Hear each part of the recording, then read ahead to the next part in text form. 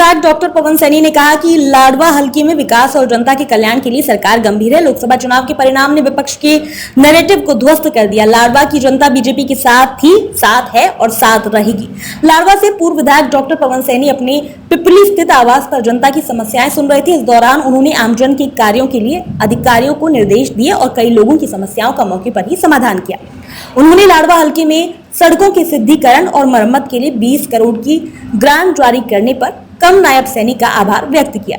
दो सैनी ने जानकारी देते हुए बताया कि लाडवा और शाहबाद क्षेत्र के सूरजमुखी उत्पादक किसानों की मांग है कि सूरजमुखी खरीद पोर्टल 2 दिन के लिए खोला जाए। इस बाबत उनकी सीएम नायब सैनी से मुलाकात हुई है। पोर्टल को खोले जाने का कम से उन्होंने आग्रह किया है। कुरुक्षेत्र लोकसभा संसदीय क्षेत्र से बीजेपी उम्मीदवार नवीन जिंदल की जीत पर उन्होंने लाडवा की जनता का आभार व्यक्त किया। पूर्व विधायक डॉक्टर पवन सैनी ने कहा कि 22 करोड़ रुपए से लाडवा क्षेत्र की 38 सड़कों का कायाकल्प होगा। उन्होंने कहा कि सरकार आमजन की समस्याओं के समाधान के लिए गंभीर है और लगातार एक जनप्रतिनिधि होने के नाते में इस एडमिशन में जुटा हूं कि लोगों को कोई दिक्कत ना हो। उन्होंने कहा कि लोकसभा चुनाव के बाद भाजपा तुरंत विधानसभा चुनाव की तैयारी में जुटी है।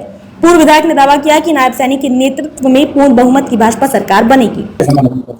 देखिए, पब्लिक में तो हमेशा मैं रहता ही हूँ और अभी चुनाव, लोकसभा का चुनाव नवीन जिंदल जी जीते हैं और लोगों ने बड़ा आशीर्वाद दिया है और हमेशा मैं जनता के बीच में रहता हूँ कि जो भी समस्या का समाधान करने का काम करता हूँ।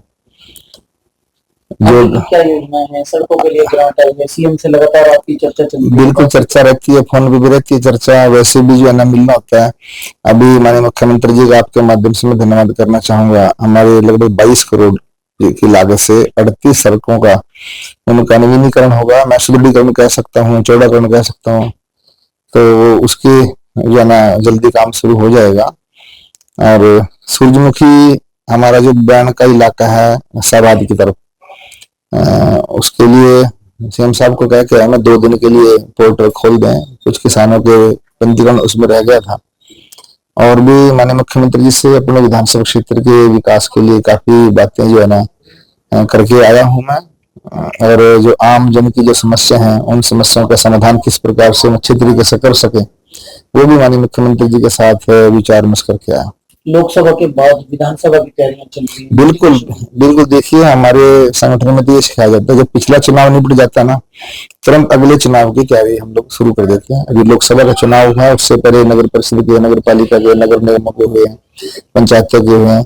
अभी लोकसभा का चुनाव निपटा, हम लोग यहाँ से जीते हैं, नवीन जी भारी मत से जीते हैं, तो विधानसभा का चुनाव के लिए हम लोग तैयारी कर रहे हैं।